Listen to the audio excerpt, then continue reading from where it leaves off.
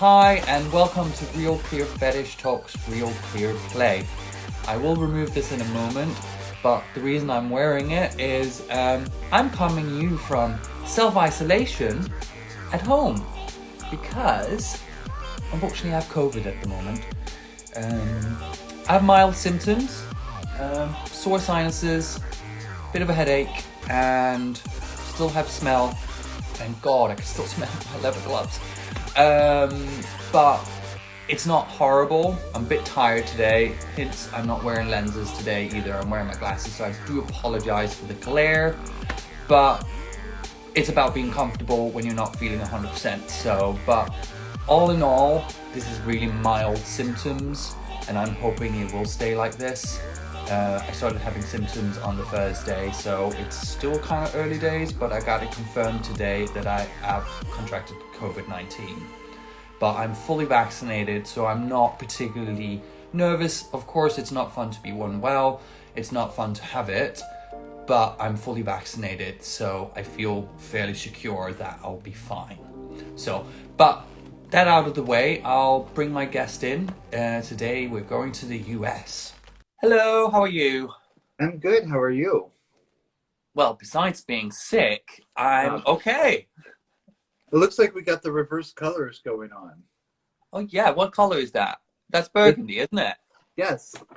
Well, great minds think alike. That must be it. That must be it. Must be. Should we just jump right into it and do the first 4 standard questions, and then we'll see where the conversation goes? Awesome.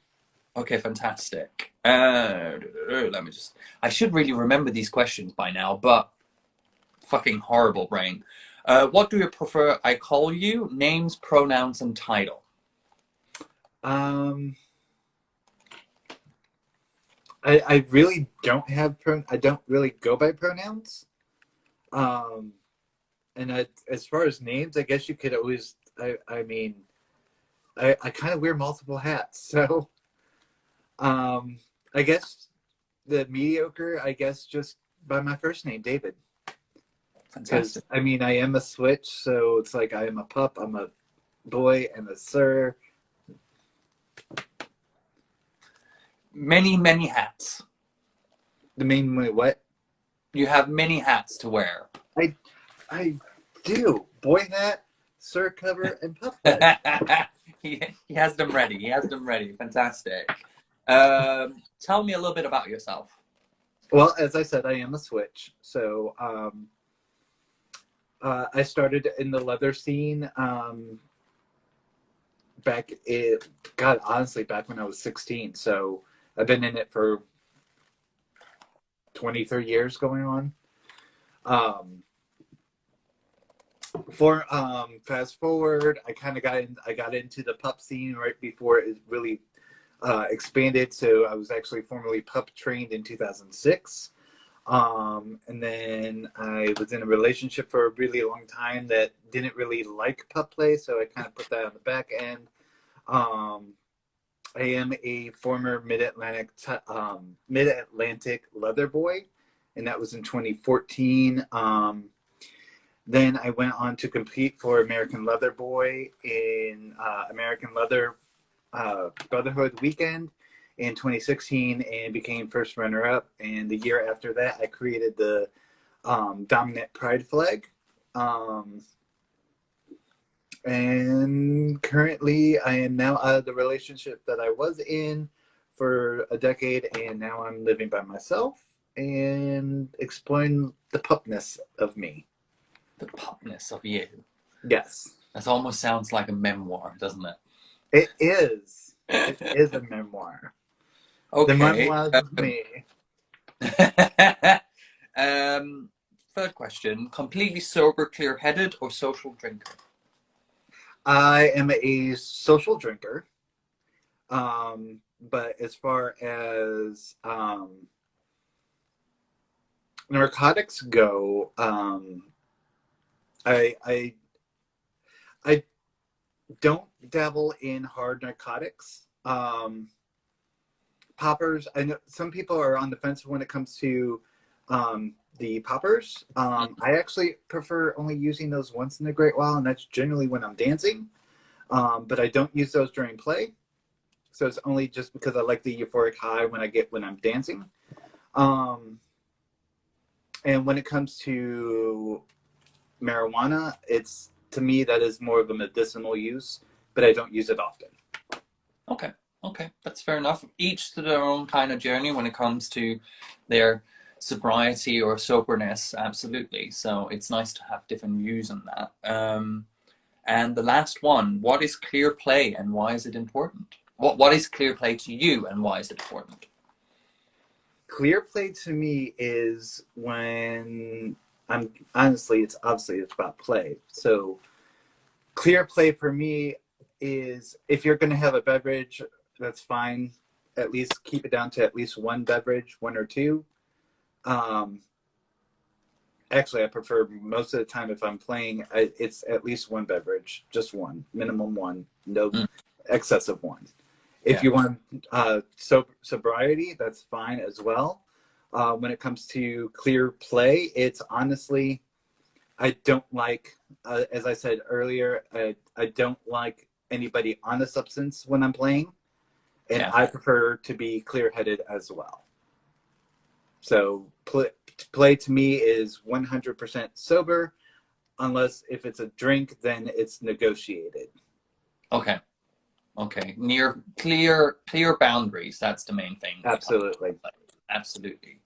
Absolutely. You mentioned that, I know in your description before the episode, you mentioned you haven't really done like drugs since 2007. What brought you to that point? What triggered like the change of wanting to get away from that scene? What led up to that? Lots of things. Honestly, I was court ordered. I was in the state of Indiana. I had my second DUI.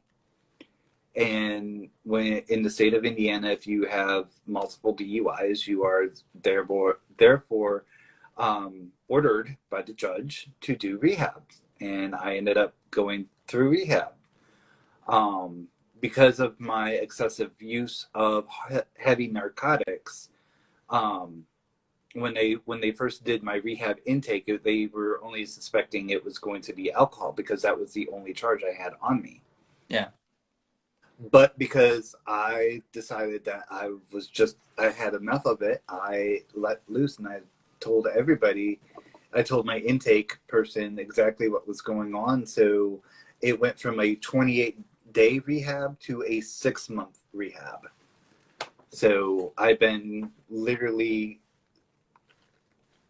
some people will start the day from when they were in rehab, count that as a rehab date, and that's what I do. So the day I entered rehab is the day that I started being sober. And so that was back in 2007. Fantastic. It's such a hard thing, especially my story is different. I stopped because, well, it was killing me. But of course, DUIs and so on is dangerous both for you and for people around you. So I'm really glad that happened, because you might not have realized that before you had to actually be forced or court ordered to go to a rehab. So how was that experience for you? Were you, I don't know, what was it? Did you feel forced, or did you feel like, okay, this is okay, this is happening? I had mixed emotions, actually. I will say the toughest was the first 2 weeks. It was absolute hell. I did not want to be there. I hated it. I felt like there was nothing wrong with me, and that people just didn't understand how I tolerated stuff. But after a while, it was more like, this is kind of like my wake-up call, because literally I had hit rock bottom when I got court ordered. I had hit rock bottom. I lost my job because of that. I had to go to a job that was the job I was working at. I was making, I think at the time, this was in 2007, so I was making about $15 an hour, which was way above pay grade. Mm. Um, so I lost a very well-paying job and had to go end up doing fast food because that was the only place that would take me. Only because I left on good terms from previous work experience. But yeah, I went from a great job to having a mediocre job.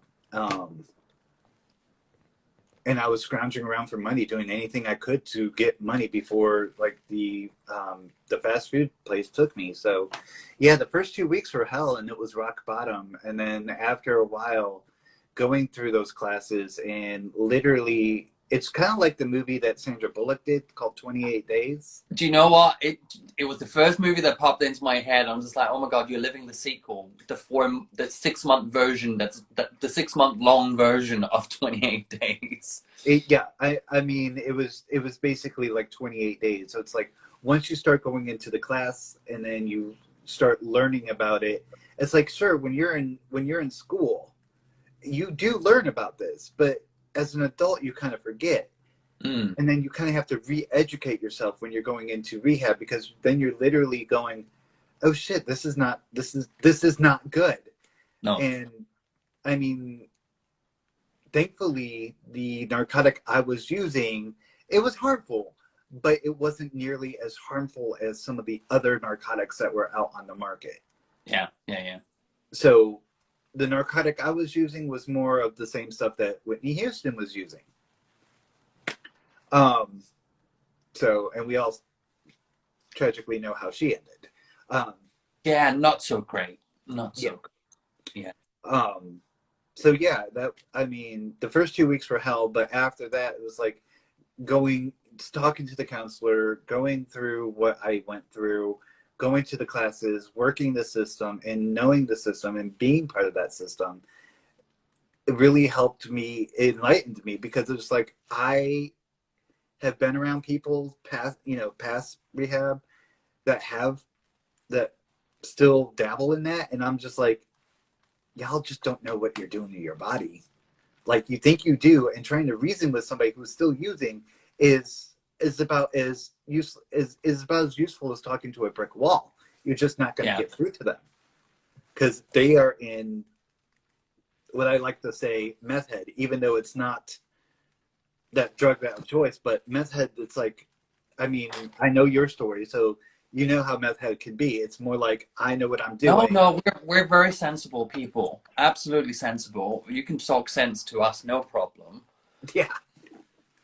But yeah, it was just more like, sorry, I have to adjust my chair. It's sitting angled. But no, it's just like,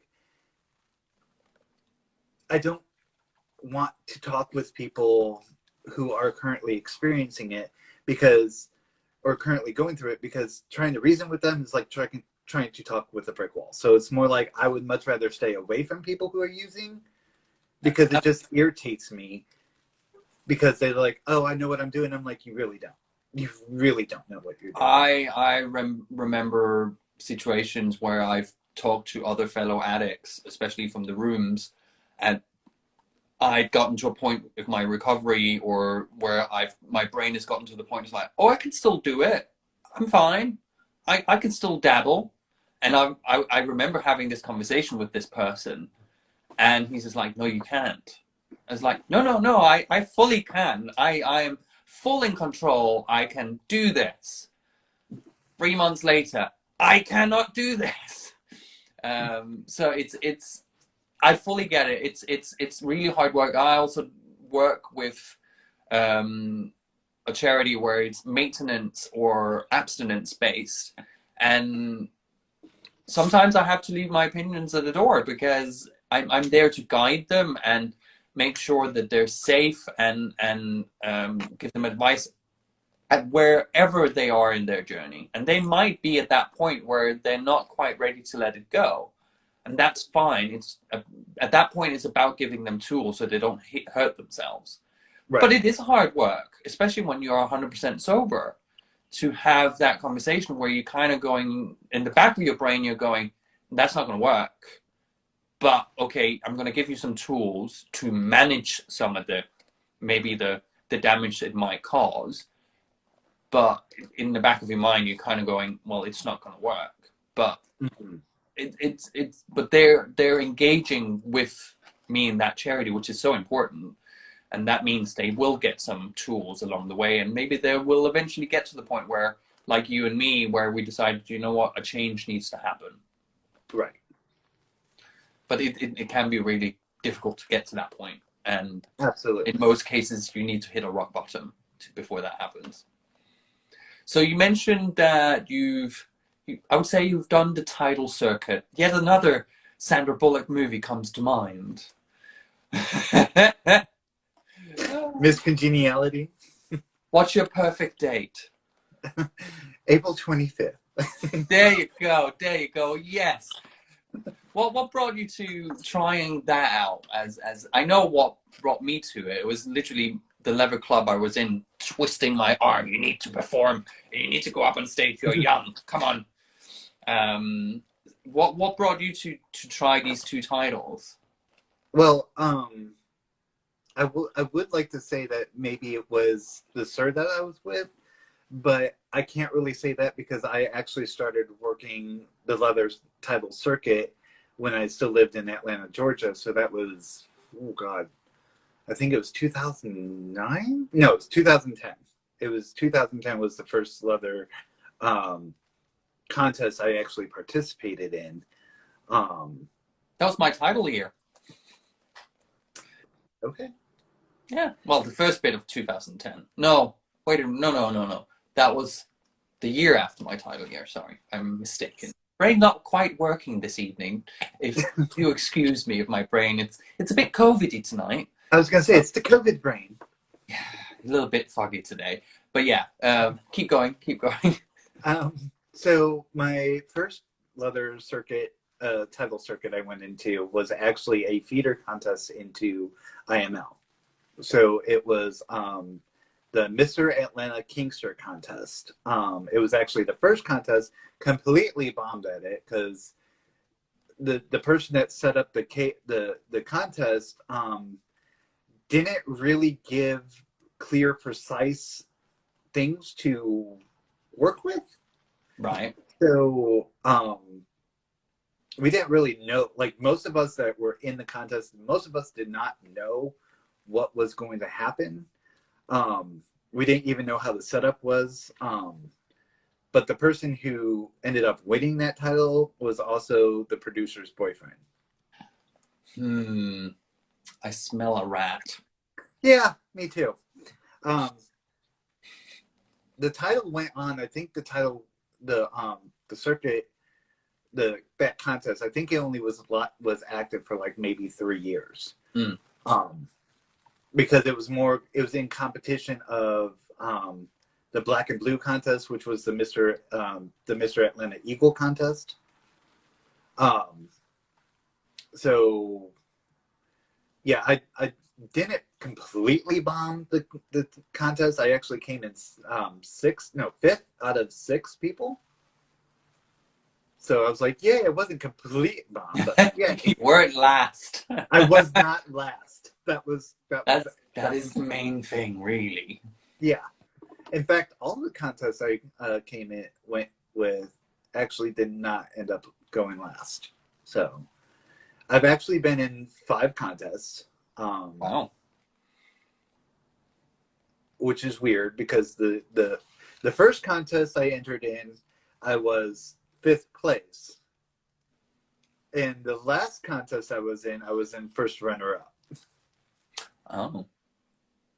So okay. It was like 5th, 4th, 3rd, 2nd, which is so you got better every time. You got better every time. That's the main thing. I did. So, but yeah, it was just more like, I guess what I really wanted to do was like, I wanted to be not really like a beacon, but I also I had a platform and I wanted to do stuff that I wanted with that title. Like I wanted to give back to the community. So that's why I kind of got into the leather contest, was because if I got a title holder, like if I got a title, I would have more open way with the community. Like it's like, oh, he's a title holder. We can make we can make room for him. And it's not like, I don't want to say that's how it is, but it kind of gives you some like, oh, well, I'm name dropping here, so boom.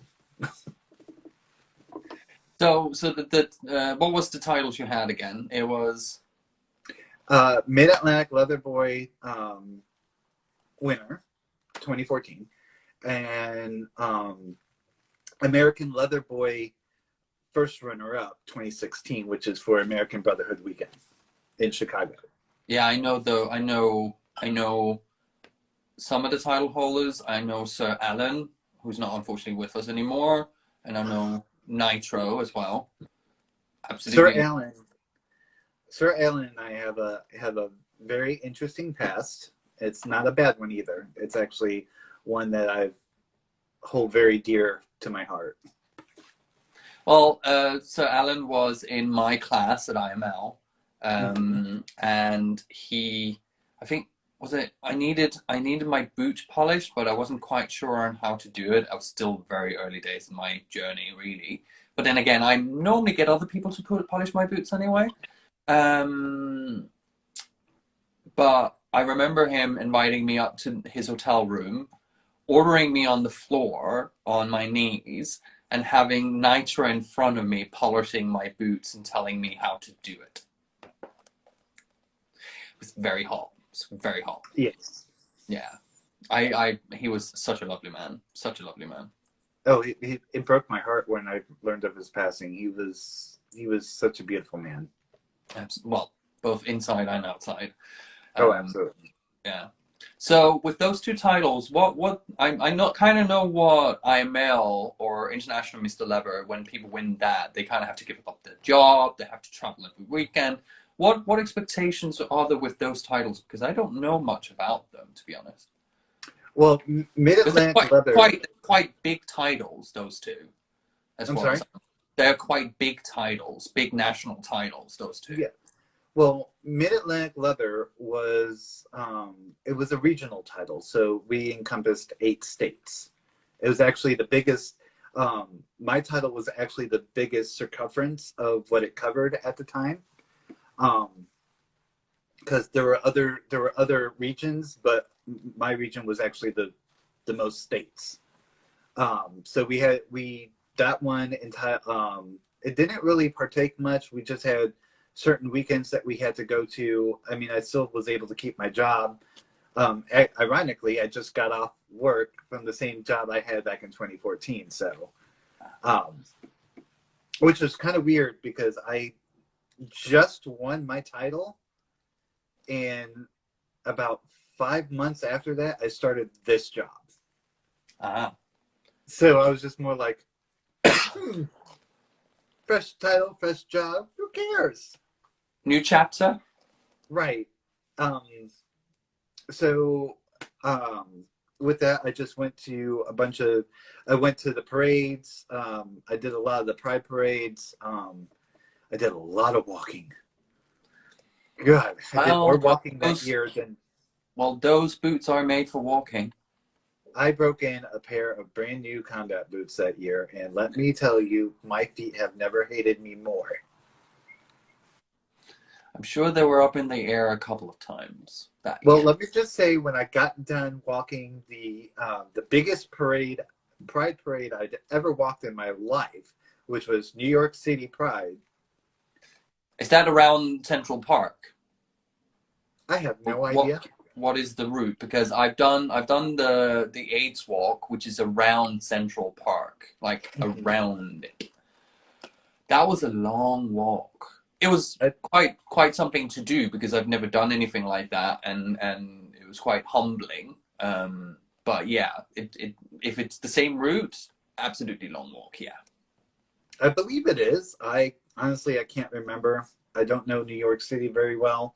I just remember when we got off the subway and we were walking towards our destination, we're like looking, like you could see the crowd like a few blocks away, and you could see the crowd and there's floats going by, and we're like, oh shit, it started without us. We had no idea how long this parade was.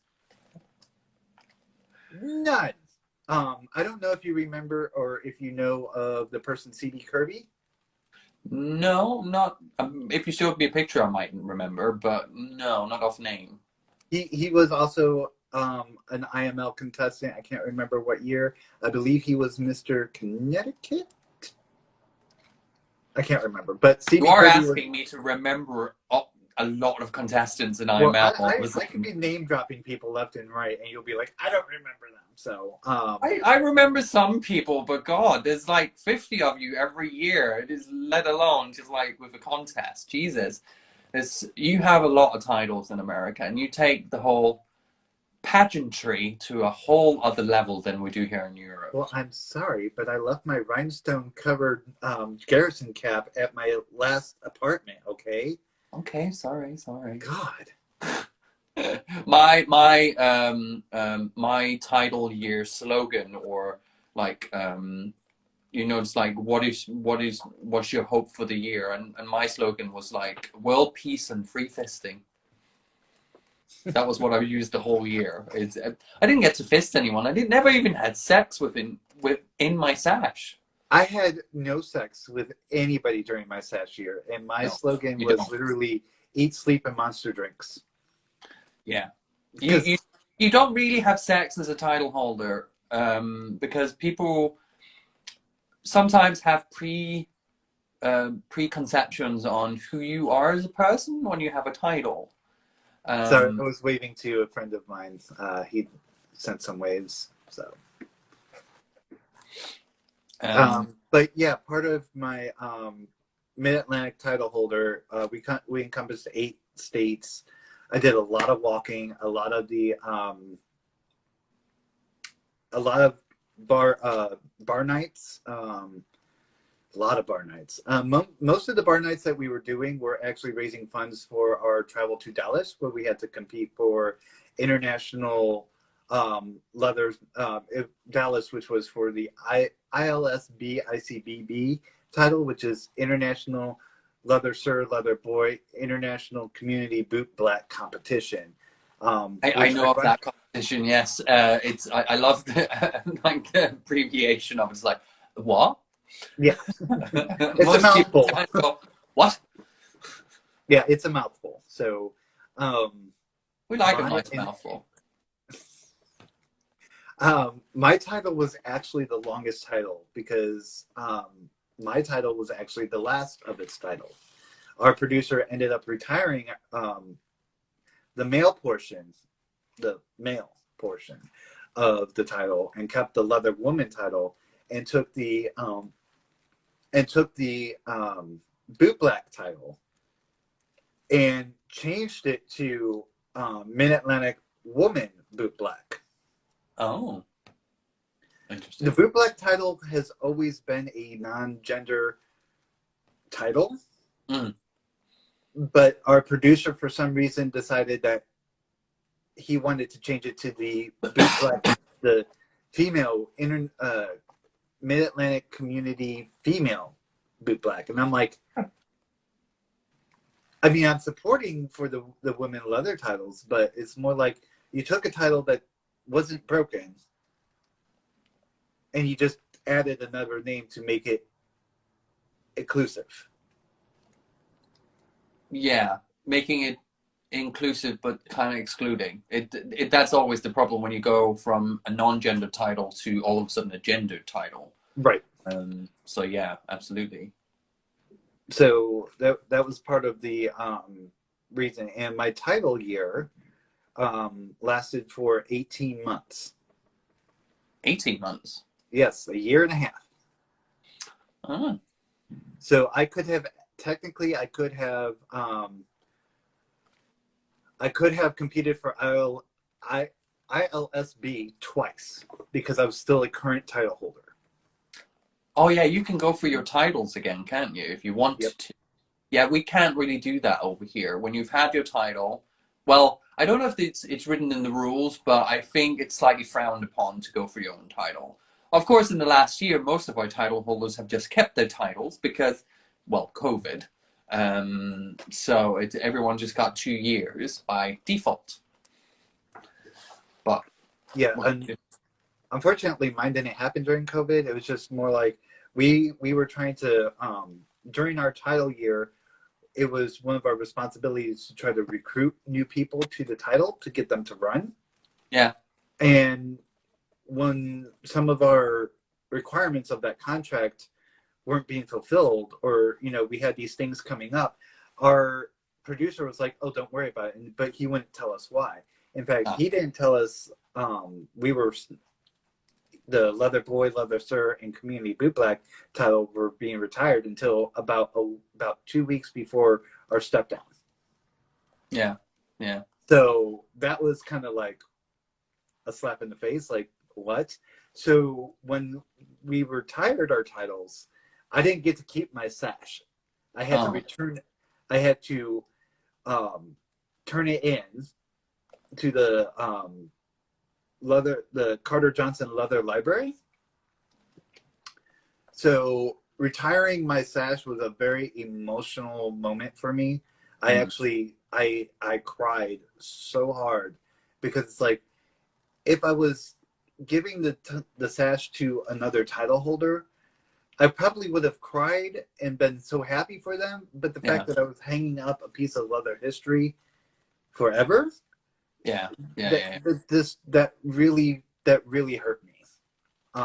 I've just seen a title or a question in the comment section where they ask if the most title holders get to keep their sashes. It's very individual from title to title.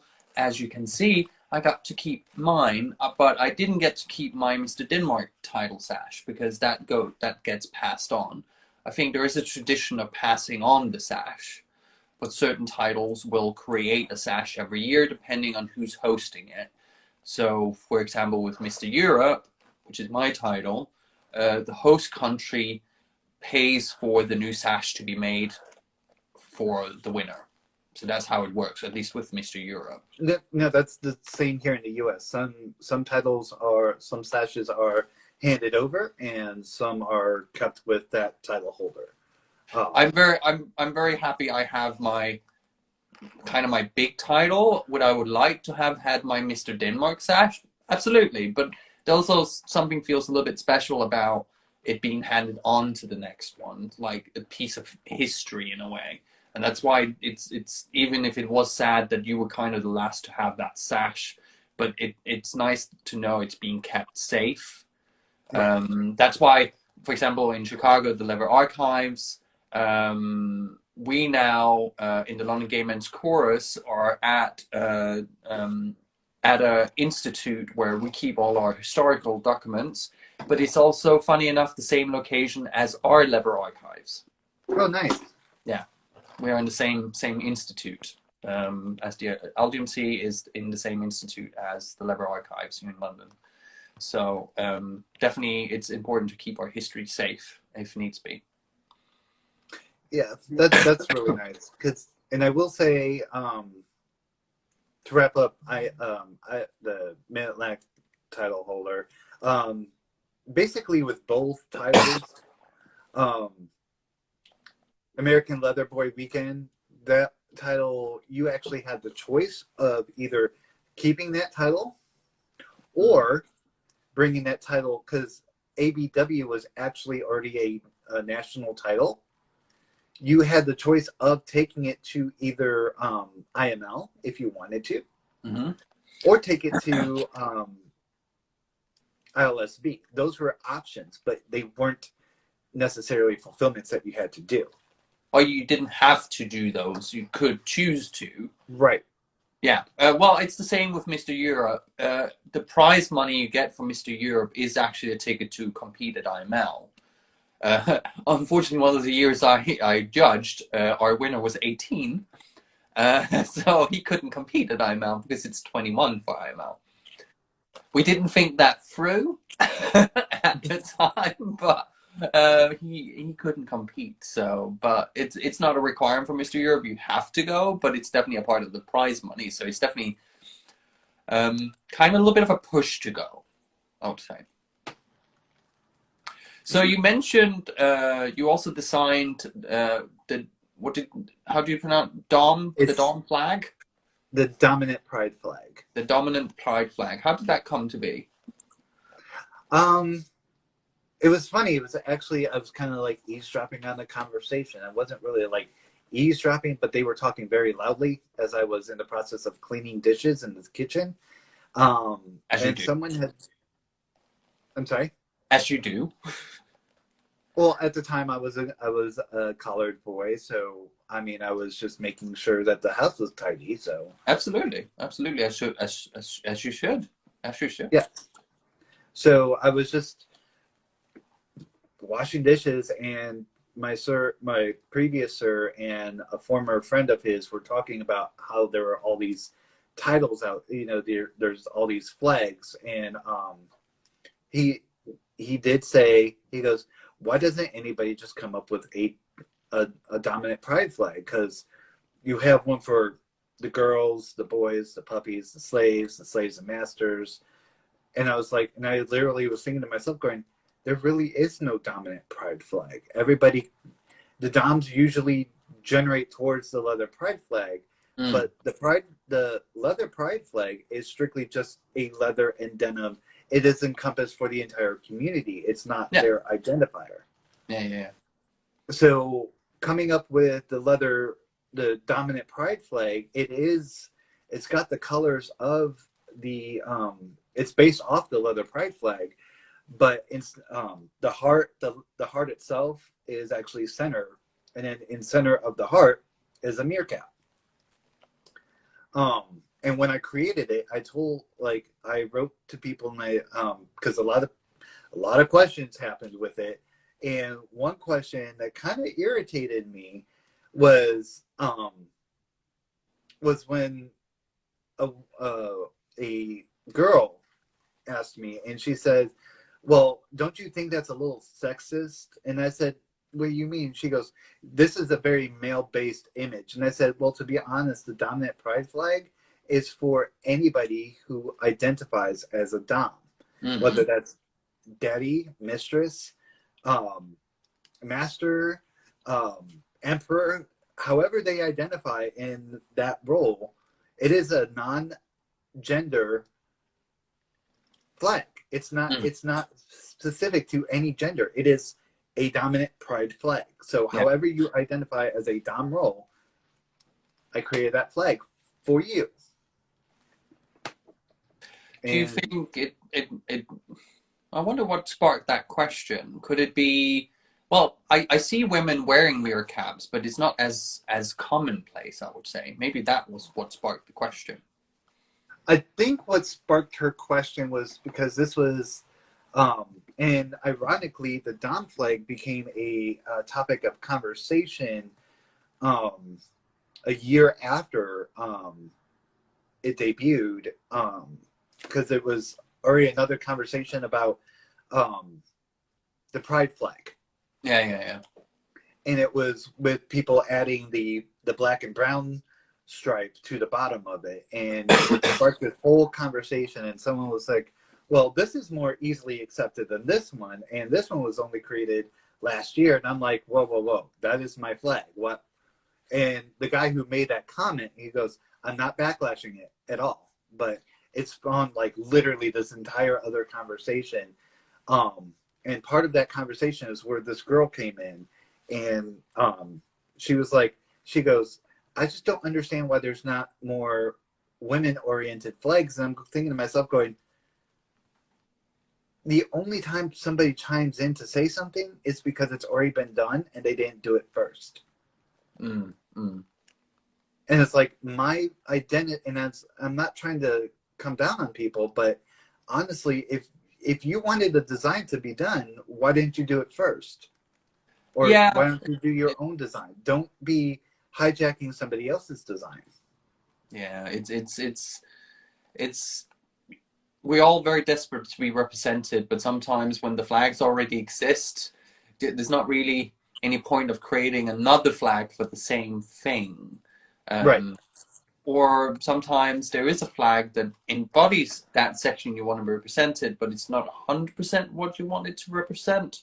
So of course that can be difficult. But yeah, with the pride flag, that's almost a slightly hot topic still here in the UK, especially after the new amended one that includes non-binary as well, um, with the inclusion flag, which has trans flag, the brown and black stripe, and then now we have the yellow circles, I think, yellow and then a circle. I've seen that one, and it's. I mean, no disrespect to anybody, but that is a mess and a half of a flag.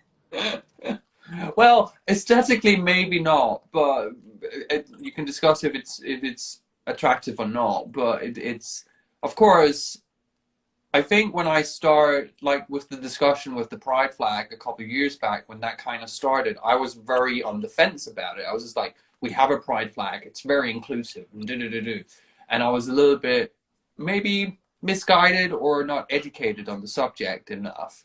Now, a couple years later, I've kind of gotten, it's like the original pride flag with either the 8 or the 6 colors can still coexist with some of these amended versions because these flags are here to make people feel seen. So if there is 10 different versions of the pride flag, 10 different versions of the leather flag representing different sections or expressions, so be it, as long as you feel included. That's the thing. But okay, the more colors you add to a flag, the more messy it's going to look. Right. But that's more on an aesthetic thing, not necessarily what it represents. But definitely inclusion is important. It's important to be seen. But yeah, I my personal preference is I prefer the 6 or the 8 stripe flag. I get why the inclusion flag is important and why it's important to feel represented in the community. So Same. Yeah. Oh, by the way, this is not liquor. This is actually soda. I was about to say there's rum in mine, but there's not. Oh, At this point. yeah. I just wanted to put that out there in case anybody's like, "What's he drinking?" It's soda. It's piss. That's what it is. You just want to say. Well, I mean, some people call it piss flavored, but I mean, it is actually a lemon lime soda that was made regionally from where I grew up, so I can only buy it in my home state. Oh, so you stock up every time you're home. Right. So when I went back home in August, I literally bought 34 bottles of that stuff. We need to sit down and have a talk. I think you might have a problem. I'm doing really good. Okay, I bought 34 bottles of this stuff back in August, and I still have 20 bottles left. There's still 20 bottles on the wall left? No, there's still 20 full bottles. Sorry, that joke didn't work. But anyway. No, it did not. No, I was trying. I'm trying to be funny, but because I'm not feeling great, I'm just not. It's not working tonight. I'm trying to be funny, but it's not. You're still cute. I still want to pinch your cheeks. I try. So, you've been on the leather scene for quite some time. When did you start coming on the leather scene? I've really actually started like I said, I was in it since I was 16. So 2 weeks ago. It must be like a couple of years back. Oh yeah. Totally. Yeah. Absolutely. Not like I'm telling you, come facials, they do wonders. It's not like 2 decades ago. Yeah, we're not gonna talk about it in decade form. That's terrifying. So yeah, several years ago. Several years ago, yeah, I started when I was 16, and that was more kind of like recon online. I was like literally right when the internet became a thing. I was just more like, I knew I was gay. I knew it. I knew I liked leather.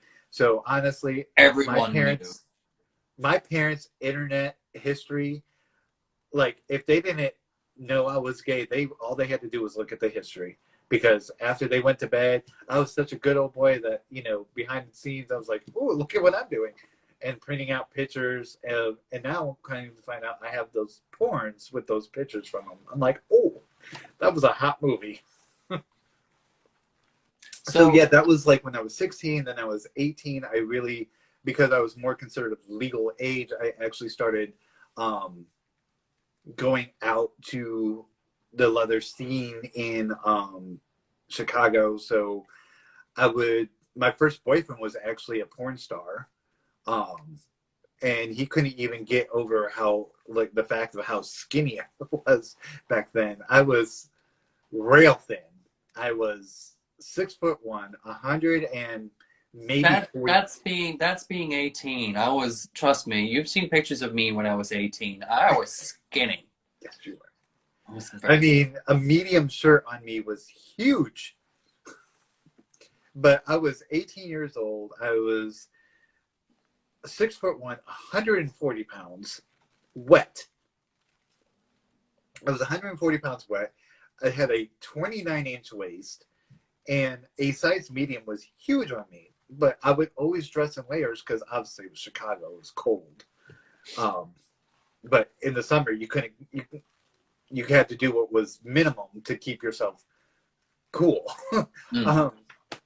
So my first boyfriend I met at I think it was called Leatherworks. It was it was like one of the leather shops in Boys Town, Chicago. Is that the one next to? Or not. Is that the one next to Jackhammer? No.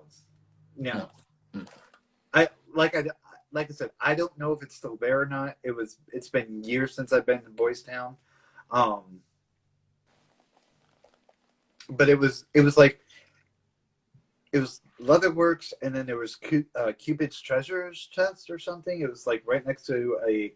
Love these names. Love them. Absolutely love them. It was actually a pretty awesome store, but it was great. So I was 18. I went into the leather store just to see what I want, just to see what was out there, and I found this really cool restraint that was like it was a collar, but it had the strap in the back, but you could wear it in the front or in the back. So it would hold your arms down. And I was looking at it and I was like, oh, this is really cool.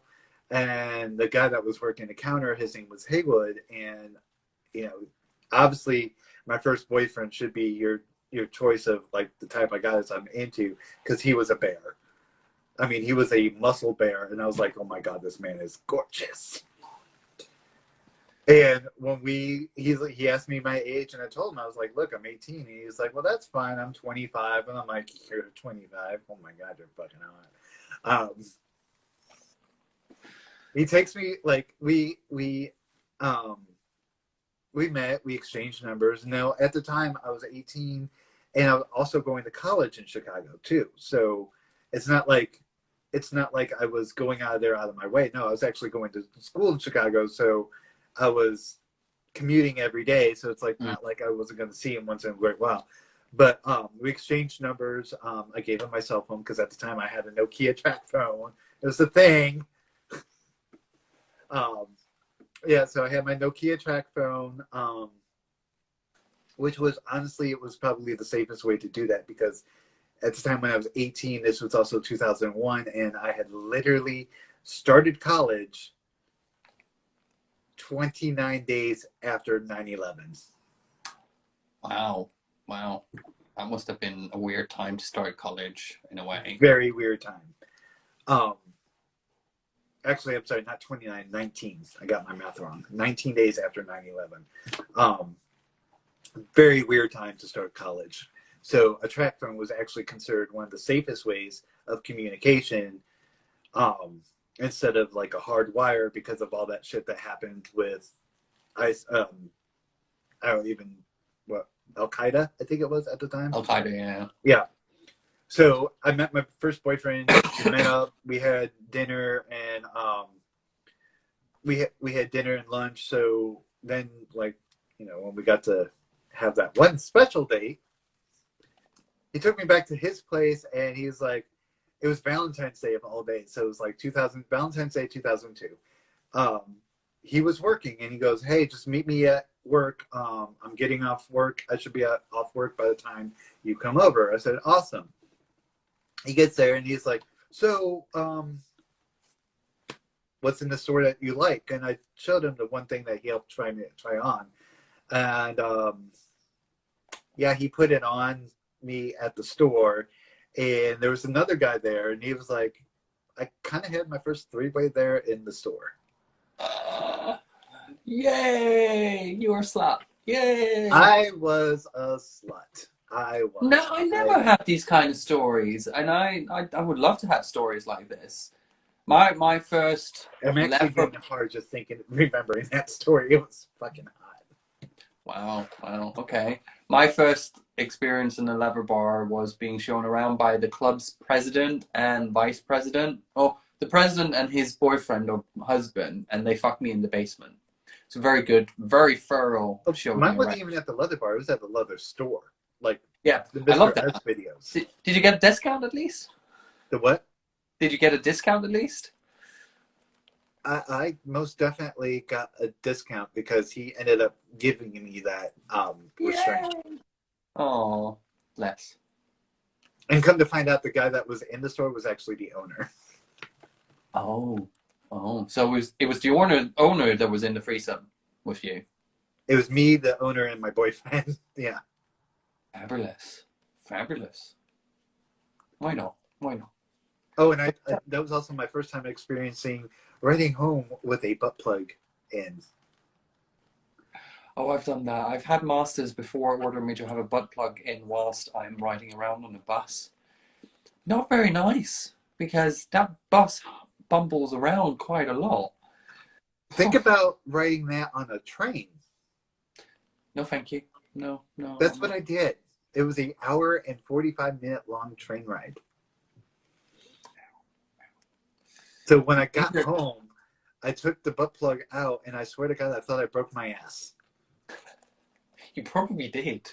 I was clenching it so much that when I popped it out, I was just like, "Oh, I broke my ass." I was like, I wanted to cry out for my mom because I was still living at my parents. So I wanted to cry out for my mom, but I was just like, she can't know this. Like, nobody should know this. And I'm like, I broke my ass. Yeah. How do I explain this? Like, you know what? I'm just not going to tell anybody. I'm not going to say a goddamn word. Oh, no. So this is literally my first time ever telling anybody I broke my ass on a butt plug with my first threesome. Well, if you have to do it properly, kind of thing. Oh, and mind you, at the time, we were completely sober. Completely. Well, me and Haywood were. I can't account for the owner, but me and Haywood were definitely sober. So you also one of the few admins Gear 365. How did you get involved with that? So back when Gear 365 started, it was back in late 2017. It really was more of a his name was Cal Ryder. Mm-hmm. And there was this other gentleman by the name of Harry who lives in the Netherlands. So Harry actually started Gear 365, a main page that was basically like a group just for anybody to show pride in wearing leather full time, or whenever you're out in public. So my buddy Brian was a member of Gear 365, and we became we wanted a men's only space, so there was Gear 365 men's discussion page, and then Gear 365, which is for anybody into leather or gear, the gear lifestyle. So for a long time, I joined in 2018.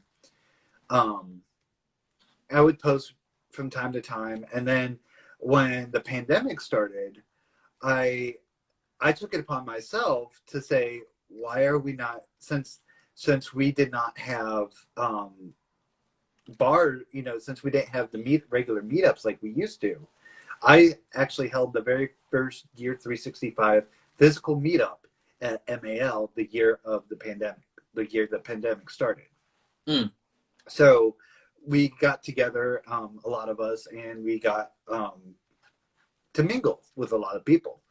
And then the pandemic started, and I want to say it was I started doing Zoom meetings in March of 2019. No, 2018. 2020. There we go. Get it right. March of 2020 is because that's literally when everything started shutting down. So I started doing Zoom calls, and it was about April or May when, after convincing Harry that, you know, I'm doing this out of the goodness of my heart, you know, I'm doing these Zoom calls, and this was a weekly thing. And Harry's like, yeah, you just went ahead and made me an admin to the group page. And then that's when we learned of the very tragic passing of our friend Cal, who was more like a leather Buddha to me. Like, he was always the person who helped center me and helped really make me embrace being fully leathered and whenever I wanted to be leathered. And he was really like somebody that I saw from afar. And he was kind of like when I first met you. Like, he was somebody that I knew of. And I was very like star shocked when he like started talking to me, and I was just like, what? He knows me? He sees me? And that's how I felt when we started talking. It's like, oh my God, you're engaging with me? You know me? What? Oh, shucks. Stop that. I was very fangirl. Oh, bless you. But I get it with Carl. Carl was very important to a lot of people. I thought I'd never had the fortune of actually meeting him, but then recently I was going through some old pictures from Folsom, San Francisco, and I have a group picture with him. So I actually did meet him, but many years ago. Last time I was in San Francisco was in 2012. So. This is before Gear 60. I was in San Francisco in 2012 too. Oh. Did you go to Folsom? Yes. Did you go to Dory Alley? No. I went to Dory Alley. So, no, I wasn't on that one. Oh, someone just said Carl was a superhero. Absolutely a superhero. Absolutely a star. I think he's definitely... Actually, now that I'm thinking about it, I actually did meet Cal at Dory Alley. I just never got a picture with him. Well, I didn't even know I had a picture with him, but okay, then I didn't know who he was at the time, and this is before Gear 365, so it's things happen, and all of a sudden it's like, oh, I did meet him. I did have the pleasure of actually physically meeting him once. Yeah, well, that's awesome. But yeah, Cal meant a lot, as you said. He meant a lot to a lot of people. His legacy lives on. Part like Cal and Harry. Well, Cal wasn't really more of and he was an admin to Gear 365, and he did post a lot on Gear 365, which is what caused me to reach out to him, because I was always inspired by him. I loved how he looked in his linglets, and you know, he looked beautiful in his gear, and that's, I guess, in my head I was more mentally going, I'm building him up to be like this god of some sort. Because it's that's how I feel when I meet some of my favorite Leathermen on Instagram. When you kind of meet them in real person, you kind of, like you said, starstruck a bit, because it's like, oh, they're actually real? Yeah. They're tangible, and I can touch you? And that's how I kind of built you up, because it's like you were that god to me, and I was just like, oh my God, he sees me. But so it's like, when I became an admin to Gear 365, which I would say was back in May of 2020, it's because I have been doing these Zoom chats to bring our leather community together, you know, just so we can at least, you know, do a group conversation, so that way people can get geared up in their leather if they want to, and we can have a Zoom chats. And our Zoom chats generally last about 3 hours. Sometimes they've gone longer. And our conversations range from anything from sex and leather to literally cooking and stuff that we collect. And it's just so great to, you know, see other different facades of people out in gear doing their thing. And I've been doing these Zoom chats for now well over a year, and I get a kick doing it. I love doing it. It's helping me bring the leather community together. And it's not just people in the US. It's also, we have people like Harry, who comes from the Netherlands. I can't pronounce his name, but it's like Tzchi Gripper Tzchee. He's on Instagram. He's also on Facebook. Like he comes from the Tel Aviv, yeah. Thank you. And then I was about to say bless you. D8 Photography. Dari. He's in Istanbul, and he's come to our groups before. We did have some people from Japan join in. It's great with these kind of webcam chats. All of a sudden, the leather community all of a sudden becomes more tangible in different parts of the world. Yes. We've definitely seen it with we do a leather social Zoom chat here in the UK, but we definitely also have Americans joining us in those. I keep trying to join some of yours as well, but it's always conflicting in time. Yeah, because of time differences. It's always fun, isn't it?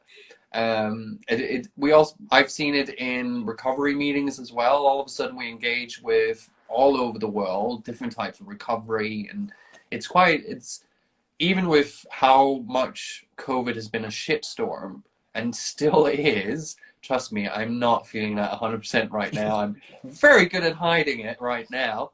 We all know you're on your mobile toilet. It's fine. Just make sure you have plenty of toilet paper. That's not one of the things you have with COVID. Thank you very much. Anyway, but no, it's also brought people together, which is quite nice. I think it's quite nice, which is also important.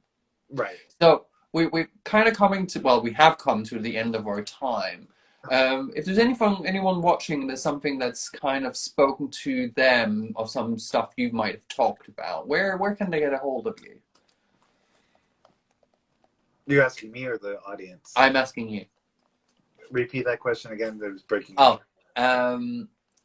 So if anyone has listened to this conversation and any of the stuff you've said has spoken to anyone, is there anywhere they can get a hold of you? I am actually obviously here on Instagram, Facebook. Actually, I believe my Facebook is linked up into my bio, but I'm also on TikTok, obviously. I do have a Twitter, but I don't use it. It's mainly for me watching other people. But maybe you're just a peeper, aren't you? Yeah. But yeah, you can mainly, if you want to get a hold of me, you can find me on Instagram. Message me on Instagram. I always reply underneath here. If you guys know me on Facebook, always send me messages on there. You can also reach me through TikTok if you know me on TikTok. He's hilarious, absolutely hilarious. I also have Snapchat. I'm trying to get better on Snapchat as too. But yeah, those are mainly the areas where you can reach me. Fantastic. Well, it seems like a natural end to the conversation. Thank you very much for coming on. It's been absolutely pleasure. It's not like we talk to each other maybe like 3 times a week anyway. Yeah, but this is a slightly different format. So, but it's been absolute joy to have you on. It's been a joy being on here. I've actually wanted to be on one of your episodes since last year, so I'm very excited to be this season. Fabulous. Well, I'll probably chat to you soon. Yes. Okay. Bye. And that was David over from the States. And I do apologize if I'm not completely conscientious tonight. As most of you know, I'm at the moment in the middle of having a bit of COVID, a bit of it, very mild symptoms. So do apologize if I didn't feel like as engaged as I normally am. But it was really lovely to have David on speaking about some of the topics that's really important to him. So I'll be back in 2 weeks, probably better than I am now and a little bit more recovered and with new antibodies against COVID-19. So keep your mask on, get vaccinated, if you're due your booster, get that done as well. It's really, really important. And stay safe out there and wear a mask in public. Bye!